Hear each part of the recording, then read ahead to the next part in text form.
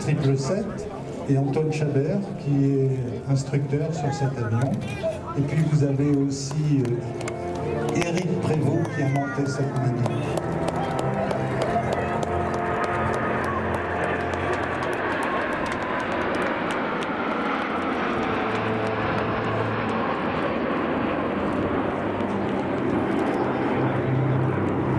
Je peux vous dire qu'ils ont travaillé cette présentation qui est brève, mais qui n'a pas pour objectif de faire autre chose que de vous montrer ce qu'on va aller tout simplement appeler la grandeur des ailes françaises.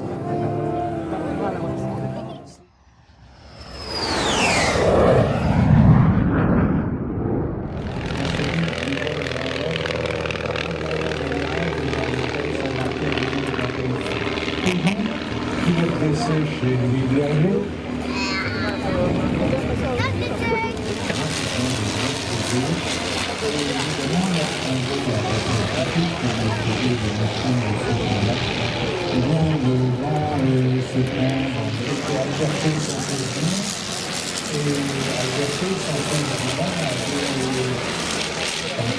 Développé pendant la Première Guerre mondiale, comme la Chine de l'observation, on a ce G3 dans le ciel et au passage je vous signale que c'est le seul G3 qui vole dans le monde. On sait d'ailleurs étrangement une diseuse de Bonaventure qu'elle avait croisé deux jours auparavant avant d'aller voler. Elle avait croisé dans le début des canons anti-aériens, des canons faits pour abattre les avions. C'était pas très facile et donc on inventa sur des concepts élaborés par Roland Garros, on inventa ça, l'avion de chasse. Un avion monoplace généralement léger, solide, très manœuvrant et équipé d'une arme automatique, une mitrailleuse, tirant à travers l'hélice dans l'axe de l'avion. Et donc, puisqu'en fait il ne s'agit jamais que de tuer ou être tué, et ces héros, dans chaque camp, que ce soit du côté franco-anglo-américain, italien, ces héros deviennent des personnages de légende en l'espace de quelques petits mois de batailles aériennes. Chez les Allemands, d'eux-mêmes, on vit apparaître des personnages qui augmentaient d'une certaine manière d'être très germanique, voire prussienne, des personnages qui demandent des héros. Et aujourd'hui, la culture aéronautique a intégré tous ces personnages de la saga du combat aérien de la Première Guerre mondiale. Et on peut dire que l'archétype du pilote de chasse était justement un pilote allemand dont la stature, la prestance, le style était totalement wagnérien. Il s'appelait Manfred von Richthofen. Il se fondra dans la couleur de l'avion. En réalité, certains disent que Richthofen avait choisi le rouge parce qu'ainsi il était identifiable et que c'était un aspect de la guerre psychologique qui commençait déjà d'être considérée comme une composante de l'action militaire. Richthofen et d'autres as allemands comme Immelmann, Bölke, étaient des pilotes phénoménaux qui avaient très rapidement compris que pour mener le combat aérien avec une chance sérieuse de le gagner, il fallait manœuvrer. Et ainsi s'inventa, se développa dans le pilotage l'utilisation de la troisième dimension et trajectoire que d'autres, après la guerre, utilisèrent pour faire du spectacle, des trajectoires acrobatiques. Mais déjà, dès 1917, effectué aujourd'hui par le capitaine Varlotto.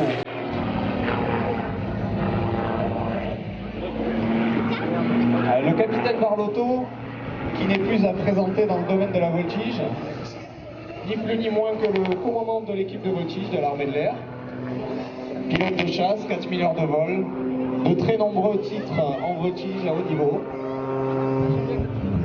Et donc qui effectue pour vous aujourd'hui une démonstration d'environ 8 minutes qui va vous démontrer eh bien, les capacités de l'avion et ses capacités à lui également, à Pierrot. Alors l'avion, quand on parle de l'avion, eh bien c'est un Extra 330, donc appareil allemand qui appartient à l'armée de l'air. C'est un avion extrêmement performant puisqu'il pèse un peu moins de 600 kg pour 330 chevaux. Donc on peut comparer ça à une Formule 1. Un avion extrêmement rigide, extrêmement réactif. Des commandes de vol extrêmement maniables.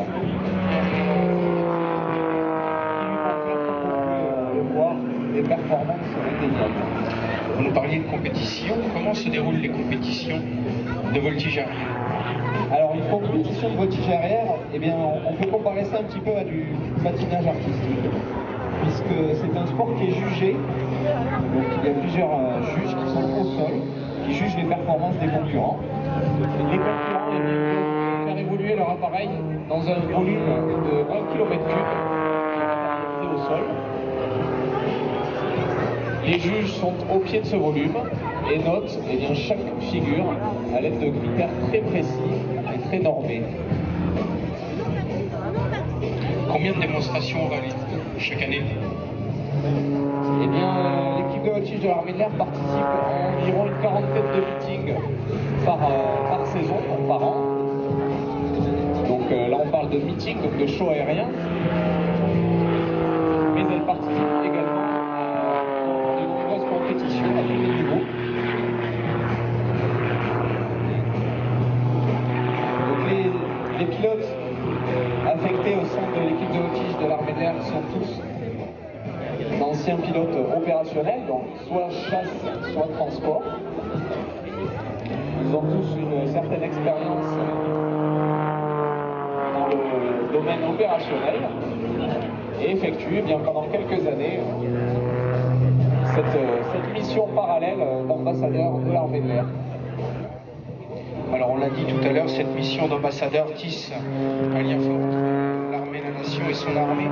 Ces ambassadeurs contribuent à développer donc notamment cet esprit de défense et montrer le savoir-faire de tous ces aviateurs qui effectuent dans la métropole et dans le département de région.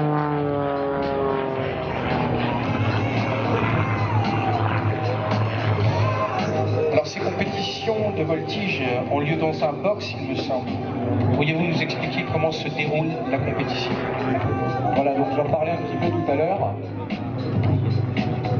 Le fameux box d'1 km3 dans lequel les concurrents doivent absolument rester sous le programme dans ce box. Cette année, nous ferons une dizaine de démonstrations de cette voltige synchronisée. Regardez un magnifique vol lent. Donc il faut savoir que pendant la démonstration des capitaines d'Arloto, l'avion évolue dans une plage de vitesse allant de 0 km/h à 400 km/h.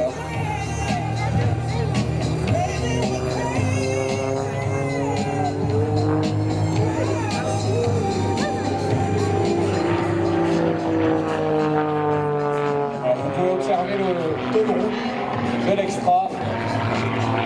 420 degrés par seconde.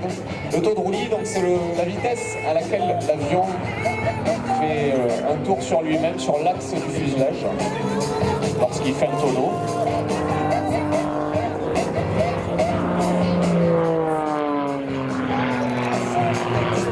Alors on n'a pas parlé du facteur de charge.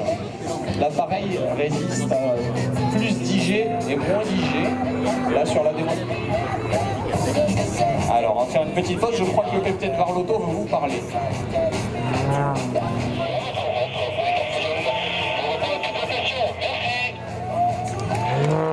voilà, on peut l'applaudir. Excellente démonstration de Pierrot. Il va revenir se poser. Dans quelques instants, oui, ces équipes sont surtout, comme on l'a vu encore une fois, le symbole d'une formidable collective humaine. certains membres de l'équipe de Donc Wiki. l'armée allemande voulait un avion d'observation, un avion de coopération avec les armées terrestres, permettant de faire de l'observation, de gérer un champ de bataille. Et voilà cet avion qui est absolument phénoménal. Il avait été conçu par un groupe d'ingénieurs mené par Gerhard Fieseler, qui était un champion d'acrobatie aérienne allemande de grand renom. Et Fieseler était aussi un industriel et ils avaient pondu cet avion qui est une merveille sur le plan aérodynamique et qui s'appelle le Fieseler Storch à Seacoast. L'idée était donc de faire un avion alors que l'hélicoptère n'existait pas, de faire un avion qui faisait quasiment ce que font les hélicoptères, c'est-à-dire voler permettre à son équipage, un équipage qui pouvait monter jusqu'à 3 personnes qui étaient alignées à l'intérieur de ce fuselage, doté du marqué par non pas de se poser, mais de tomber du ciel et de s'arrêter sur des pistes pas préparées en quelques dizaines de minutes. Le Storch était un avion fabuleux. En haut, là-haut, il y a ce trimoteur de transport qui, en version militaire, a également été un avion absolument fabuleux, le Junker 52. C'est un avion qui est un avion doux amer, si on s'intéresse à la personnalité de son créateur. L'ingénieur, l'architecte en aviation, Hugo Junkers. Cette flamme, on détermine la dérive, on détermine le vent. Et comme on va larguer des parents derrière, là, ça permet d'ajuster le point auquel on va larguer les parents. Les parachutistes qui vont sauter. Là où on veut qu'ils arrivent. Voilà. Et ben là, on a largué.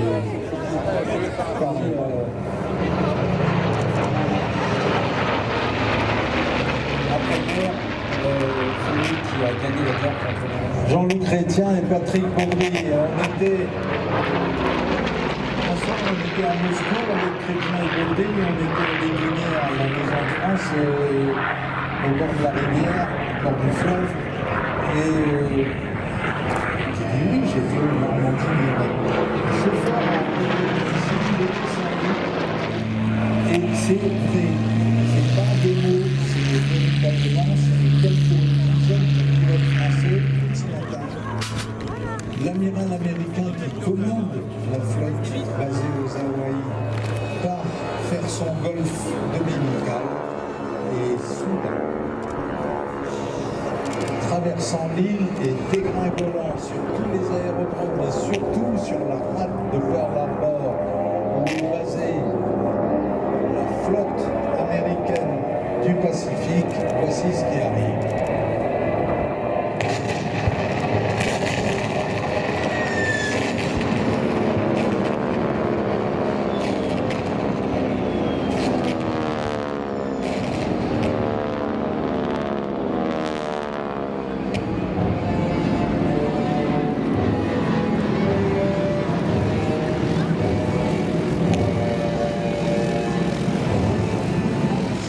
Chapelet, des dizaines de bombardiers japonais, de torpilleurs, de chasseurs, en train de détruire à l'espace de 24 heures l'intégralité des aérodromes principaux de l'archipel, et surtout en train d'envoyer par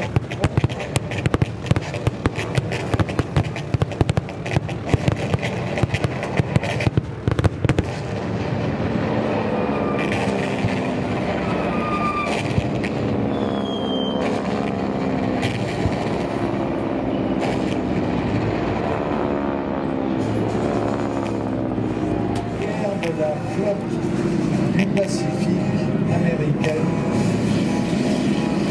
Quelques pilotes, une poignée de pilotes qui ont acheté les trucs de l'aéroport et qui sont toujours habillés en tenue de fête, qui ont gagné quelques petits aérodromes, dont celui de Haleiwa, qui sont des petits aérodromes de desserrement, où sont basés quelques dizaines de chasseurs américains.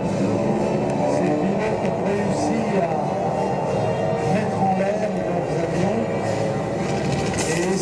s'opposer aux bombardiers japonais qui, après un court répit, en fait, reviennent en une deuxième vague.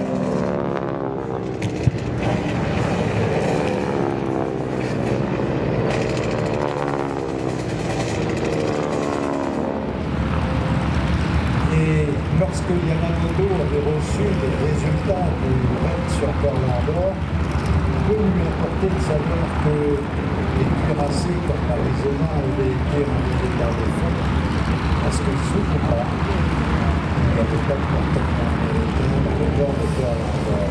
Quelques mois plus tard, lors de la bataille de Midway, le sort des armes était en faveur des Américains et leur approvisionnement, je le rappelle, en carburant par exemple, avait été littéralement mis sous embargo par les États-Unis.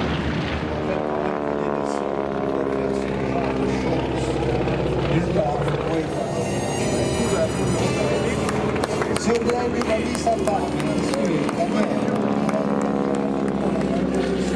Dans les cockpits, les soldats italiens sont suisants. On travaille avec eux et tout. Des évocations de bombardement.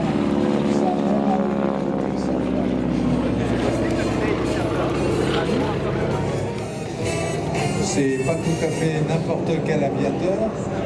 Et que sa femme, Daniela, est une athlète de très haut niveau. Nous, ici, on le faisait.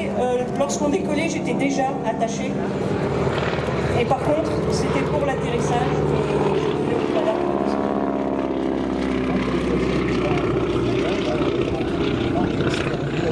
Et donc, pour se déplacer entre les deux ailes. Dans le ciel, un avion avec des grandes ailes et des ailes.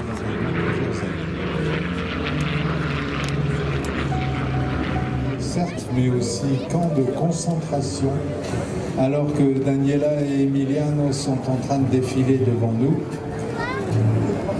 avec un drapeau français. Merci à vous. Donc on est en 45 et parmi les convois, Marcel Bloch est rentré chez lui en France. Il a retrouvé sa famille et puis il est entré dans une période de réflexion profonde. Lui qui était de confession israélite a changé de religion, il est devenu catholique. Il savait comme nom de combat char d'assaut. Et donc Marcel Bloch est devenu Marcel Dassault. Et puis après, il a récupéré ses anciens compagnons, des gens comme l'ingénieur de Plante, et il a dit si on se remettait au travail. Et après cette période, il a récupéré un hangar sur l'aérodrome de Bordeaux-Mérignac, le H1, et puis il a dit attention, la grande époque, c'était l'époque où tous les concepteurs d'avions rêvaient de faire des jets, la première génération des avions. Notre coup de chapeau obligatoire. Alors que la France et l'Allemagne s'étaient quand même sérieusement déchirés durant le deuxième conflit mondial. Un premier avion avait été conjointement fabriqué, un avion de transport militaire, le Nord,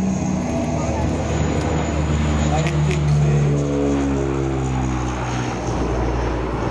Et on lui a donné un nom, il cherchait un nom, et les Allemands ont dit, finalement, on pourrait l'appeler Transport Alliance, l'alliance du transport. Et Transport Alliance, en abrégé, ça a donné Transal, qui puisse rivaliser avec les géants américains, Boeing, Douglas, Lockheed. Et finalement, Airbus est né, et vous savez tous ce qui est devenu Airbus.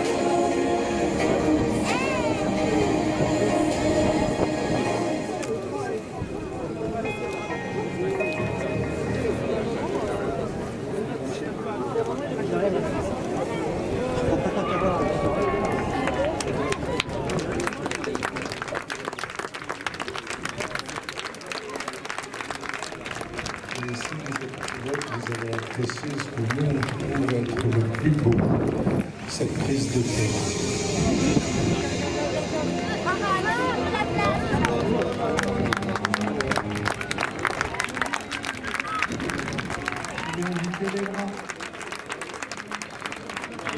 Le Spitfire piloté par Christophe Jacquard.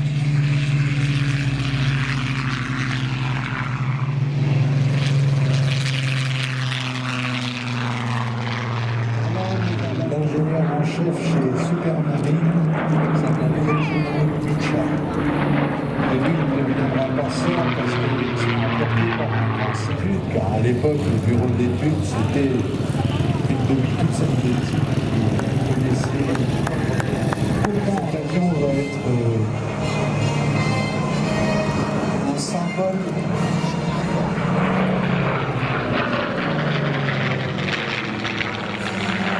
Un symbole national. Le Spitfire.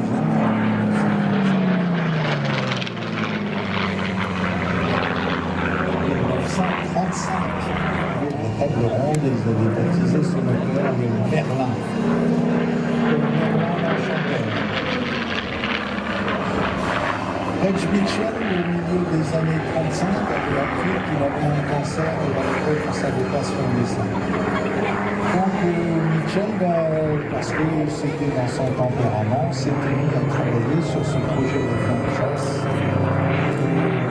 sans cacher son état et en l'assumant pleinement. Encore un nom à la con comme seul les bureaucrates sont capables.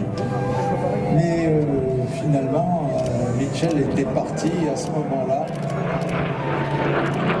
Et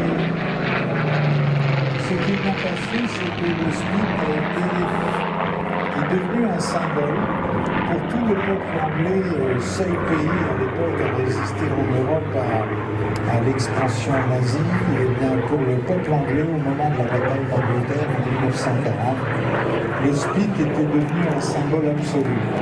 Il faut dire que l'avion est fabuleux. On n'a jamais probablement dessiné un avion aussi beau et on n'en dessinera pas de aussi beau. C'est en réalité cet avion est un miracle parce que, en particulier à cause de son aile elliptique, de son aile elliptique, cet avion a des caractéristiques aérodynamiques qui lui ont permis d'être l'avion à hélice le plus rapide de tous les temps. Et quand la deuxième mi-temps s'est ouverte, la bataille d'Angleterre, eh bien la Royal Air Force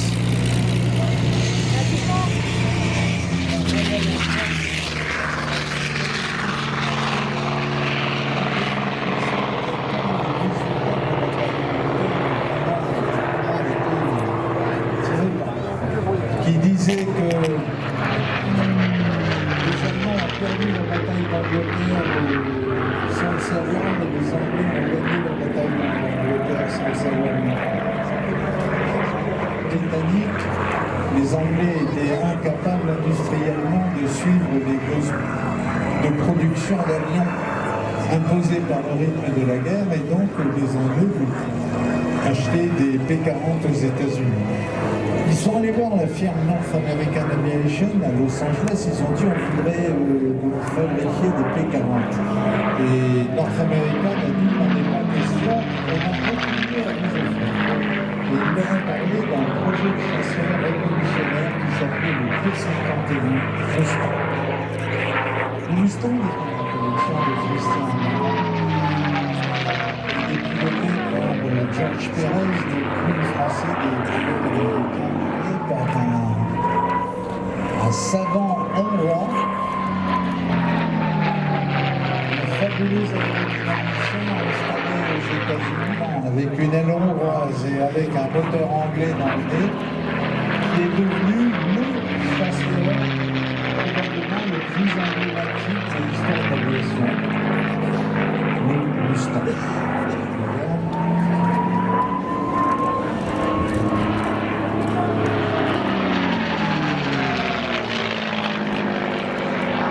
Faut dire qu'il est probablement rêvé, oh qu'il est beau comme ça.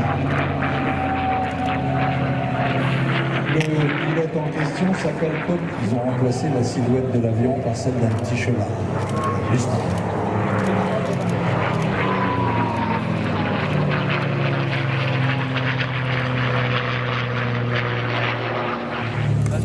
Ils approchaient de ces avions, mais qui malgré tout ont pour l'immense majorité.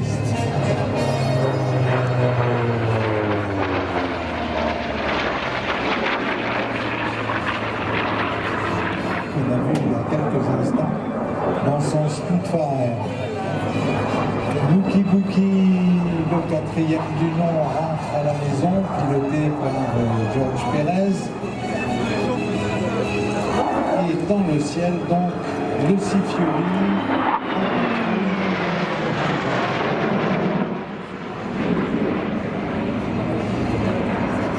Le Hunter, vous l'avez remarqué, porte les cocardes suisses.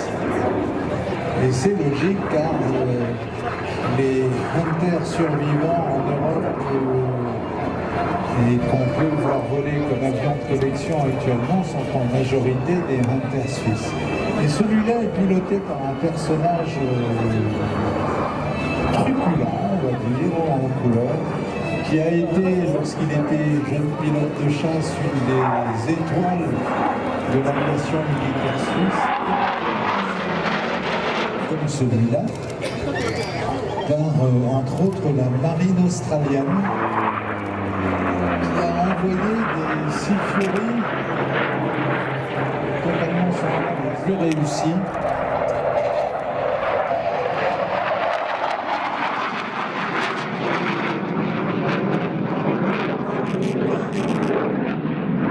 Absolument unique qui était aux commandes de ces avions, partait et se posait sur des porte-avions. Imaginez une machine. Ah là là.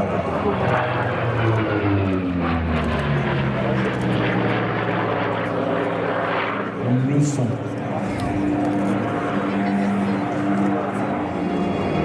Il faut dire aussi qu'aux commandes de cet avion, il y a un bonhomme qui a quand même le sens de la trajectoire au bout des doigts. Un petit avion de voltige. Et puis après, il est entré dans la rivière, il a continué de pratiquer le pilotage. Mais un peu à la manière d'un pianiste virtuose qui travaillera toute sa vie pour affiner et améliorer le toucher, le doigté, le rythme, le tempo, la grâce. Et d'abord, Eric.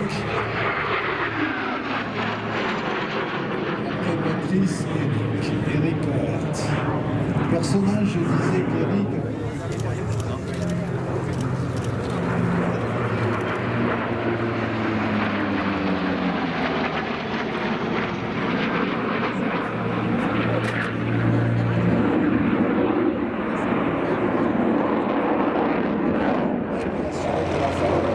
faire de lance dans l'aviation de combat français, cet avion est comme Niro, dédié aux missions des forces de reconnaissance, d'assurance.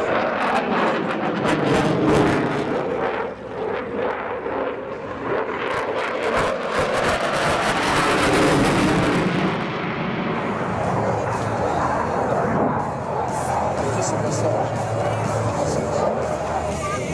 Regardez pour le plaisir des yeux. Vous pouvez être fier de l'industrie aéronautique militaire.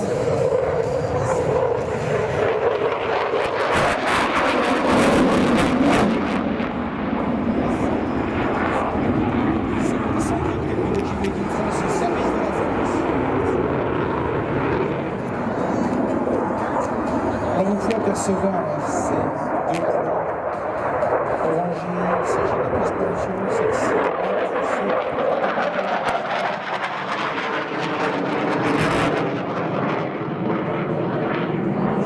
À l'apport des réacteurs qui nous procurent un cycle d'apprentissage indispensable lors des combats rapprochés.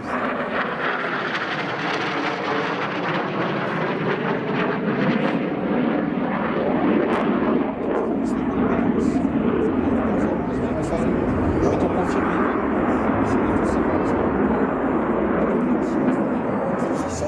C'est ce coquin. Le blanc rouge.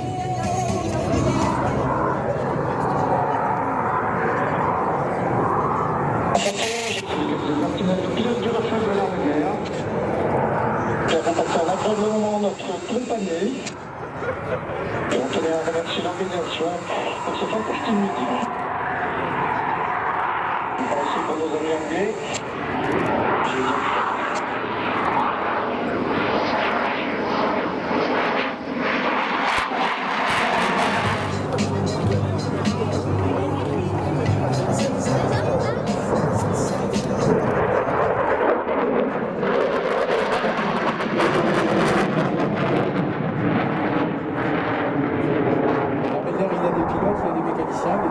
Il faut savoir que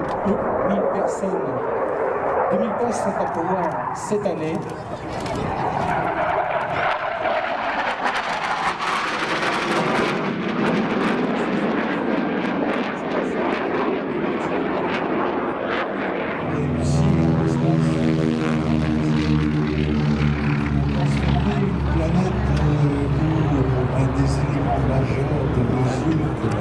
Entre les hommes était justement le temps que l'on était pour voyager.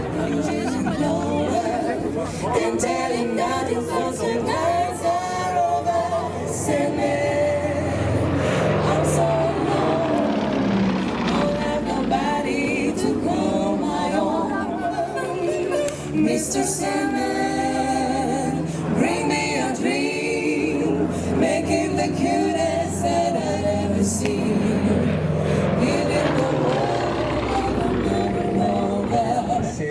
Et c'est cet avion, donc je vais me taire parce que je vais d'abord le regarder passer.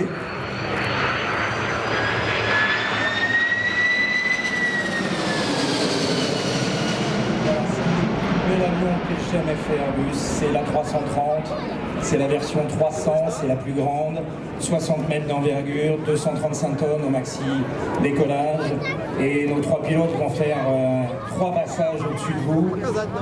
On est très fiers de cette compagnie parce que c'est une des jeunes compagnies françaises qui sont françaises. On a des millions de chômeurs dans ce pays, on a besoin d'avoir des compagnies qui créent des emplois et qui ne perdent pas 1% par le marché par an, comme ça a été le cas des 10 dernières années.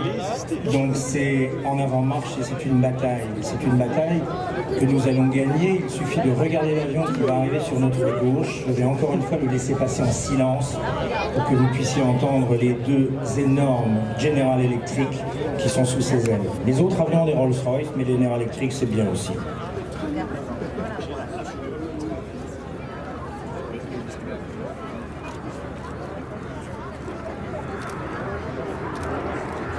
Il est silencieux.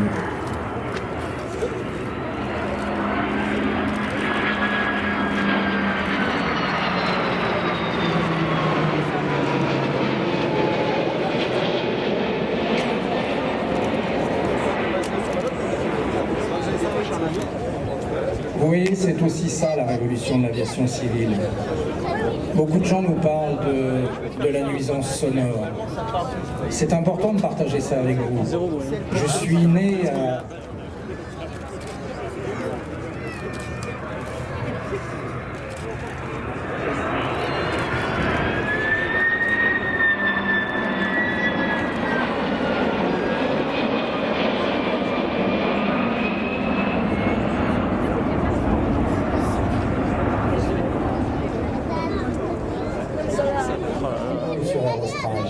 Ce sont des concurrents, mais c'est mon pavillon, c'est mes ailes.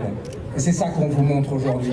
Et c'est pour ça du reste qu'il sort ces trains d'atterrissage et tous ces volets. C'est juste pour vous saluer tous aujourd'hui. Merci à vous tous d'être là, par ce beau soleil. Et merci à toi, et merci à l'équipage qui est là-haut, et merci au bel avion Made in Toulouse.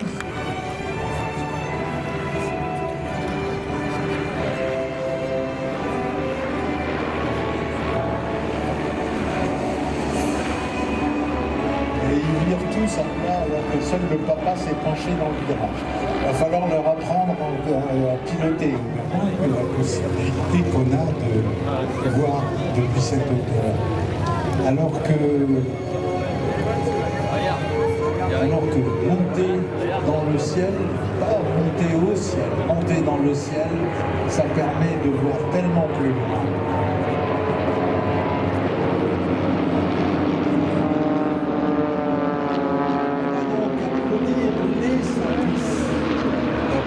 Salis, cadeau dans le critère aux couleurs militaires, devant et les fils, je rappelle, Jean-Edmond Baptiste. Il avait alors qu'il n'était pas businessman, homme d'affaires, ni gestionnaire, ni banquier, il a dit « Je vais construire des avions qui seront des avions de voltige qui vont permettre à des pilotes français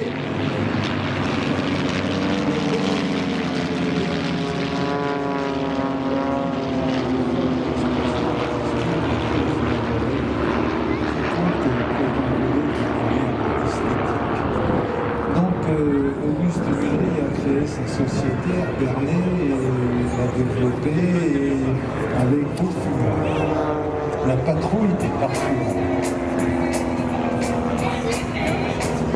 Devant, il y a un biplan qui est bleu foncé et qui est piloté par un ancien de la patrouille de France, ancien pilote de chasse, devenu pilote de ligne, qui est un Cap 222. Eh ben, c'est un champion du monde de voltige, devenu pilote de ligne à Air France, il s'appelle Eric Bajaj, et il vole aussi sur Boeing 777. On va beaucoup parler de Boeing 767. C'est une patrouille improbable, hein, parce que symétrique et dissemblable comme avion de voltige, comme avion de sport, qu'un biplan joufflu, dodu et qui a comme caractéristique première de permettre une voltige le ballon de basket lorsqu'on dribble. Il n'y a rien de plus dissemblable donc qu'un PIT, c'est un Cap 222. Le Cap 222 monoplan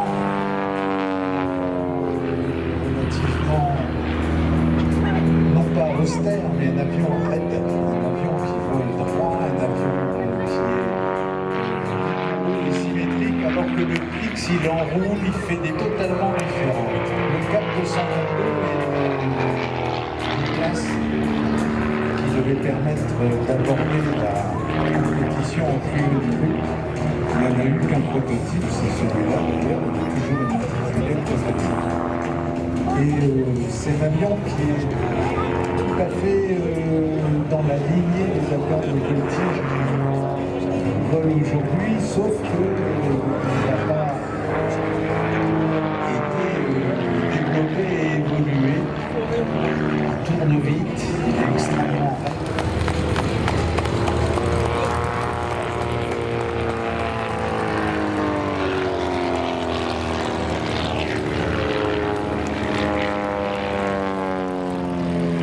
C'est juste un programme à base de polymère, un programme à base de pilotage pur. Rappelez-vous que c'est le pilotage militaire et le pilotage absolu, comme Bertrand. Et derrière, avec le passage anonyme et le passage en particulier au long courrier, et bien le pilotage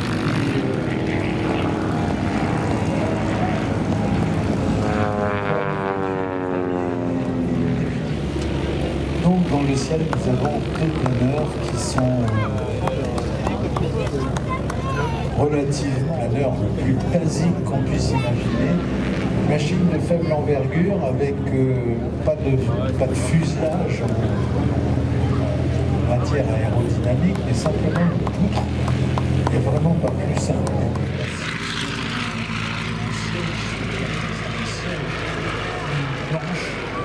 Il était posé sur l'avant de la poutre fuselage.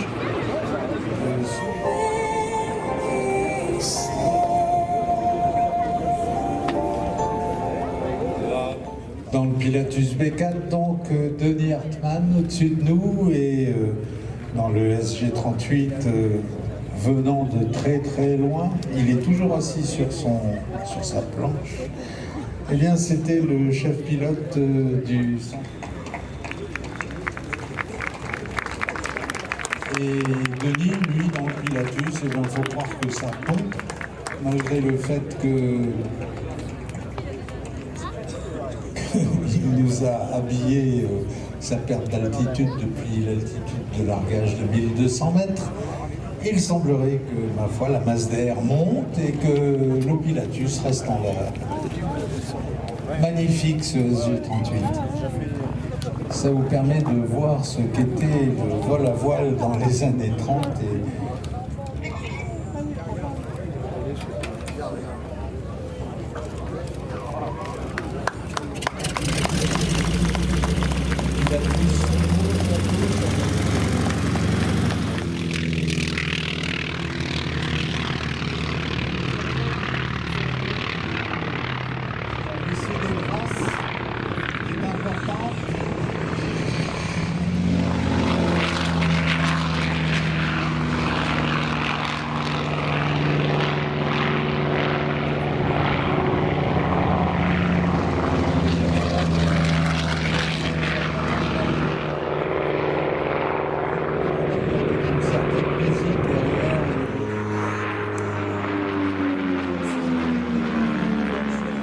Venir de fin des âges.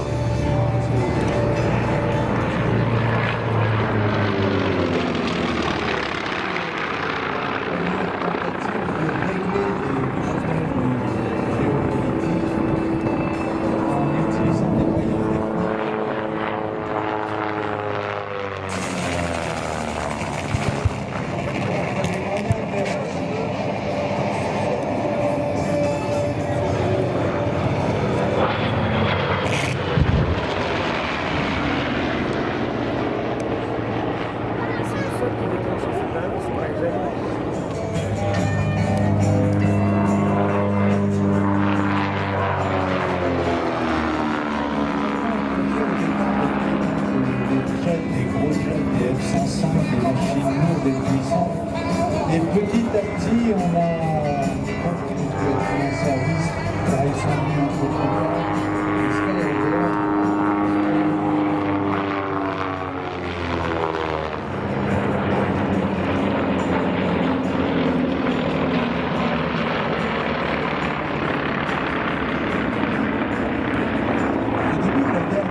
il était faire de l'interdiction.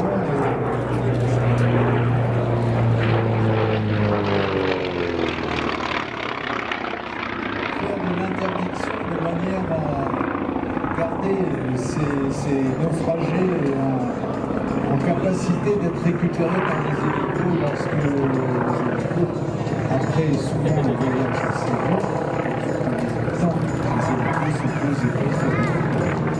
et le folklore de l'armée de l'air américaine à l'époque était que vu dans le monde, la guerre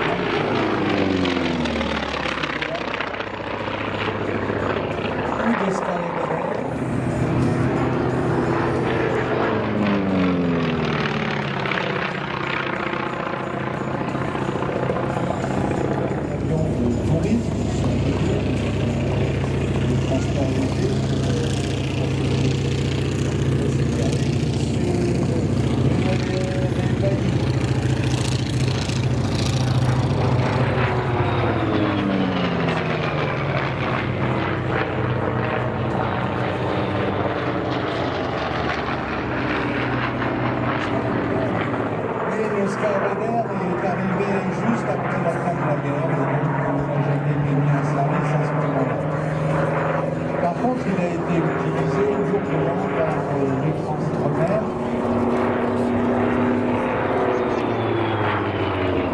Djibouti en particulier, Antananarive, et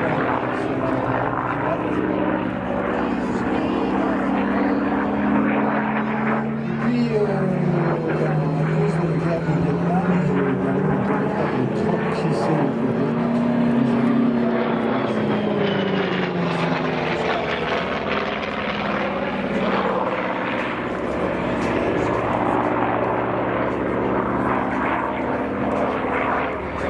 et on a découvert que cet énorme monomoteur qui était capable de transporter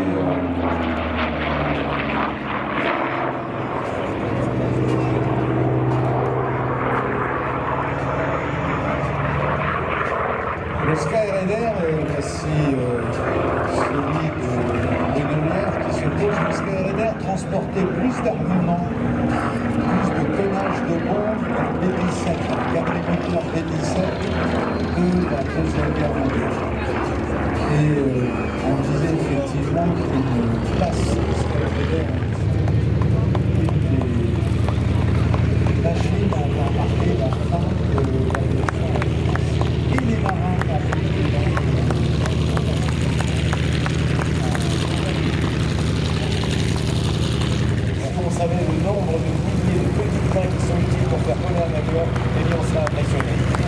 métier, c'est la marine. Ces avions, les Morane 733, dans son aile, mais derrière. La marine étant une armée de tradition, eh bien, c'est le passage de génération qui est en train de se faire. J'ai à mes côtés un monsieur qui s'appelle Jean-Claude Castro, il a été pilote à la 21F. Il est ici en visiteur, mais également en homme de cœur. Et c'est vrai que cette marine, on ne l'oublie jamais.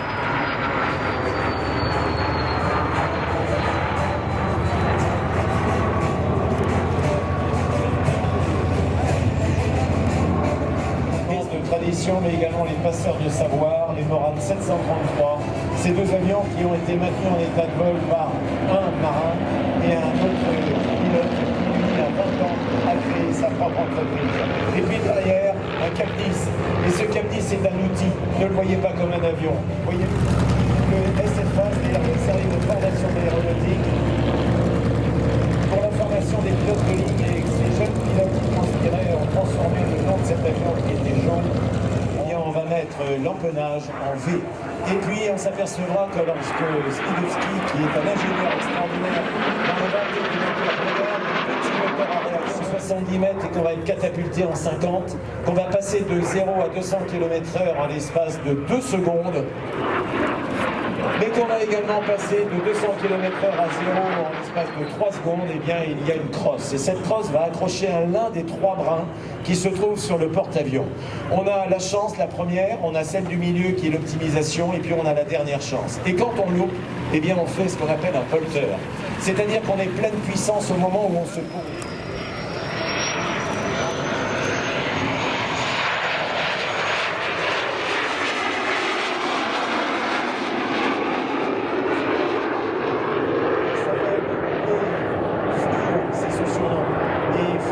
C'est un homme qui a été officier. 2 fois 6000 chevaux, 14 personnes à bord, et on chasse le sous-marin.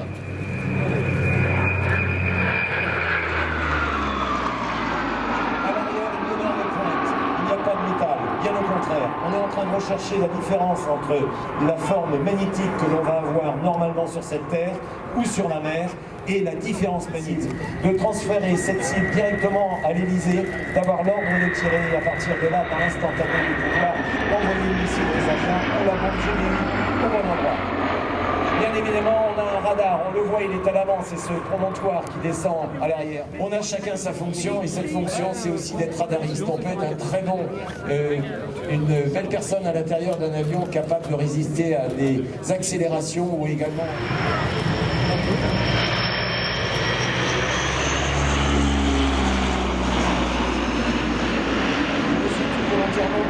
d'enregistrer à la vidéo le bruit des moteurs. Il y a à bord Ricardo et puis un officier de sécurité aérienne de la flottille 21. Il y a 2 flottilles, il y a la 23 et la 21F. On s'appelle F parce qu'on est opérationnel.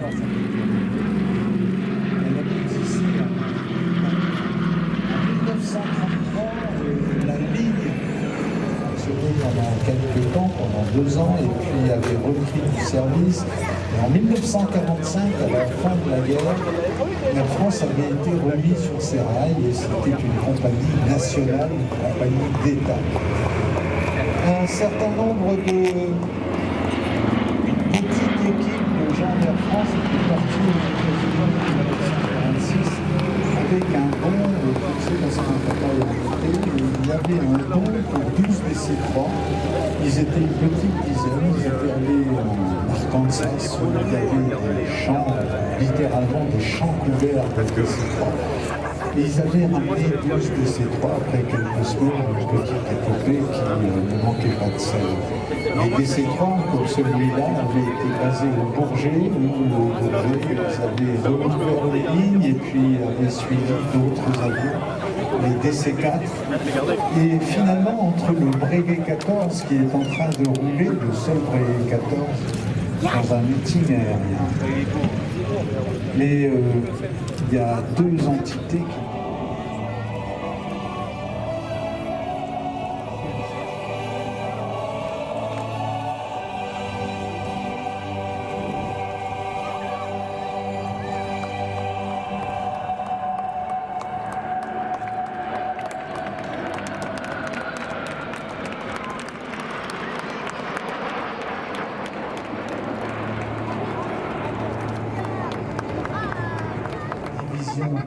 777 et Antoine Chabert qui est instructeur sur cet avion. Et puis vous avez aussi Éric Prévost qui a monté cette manip.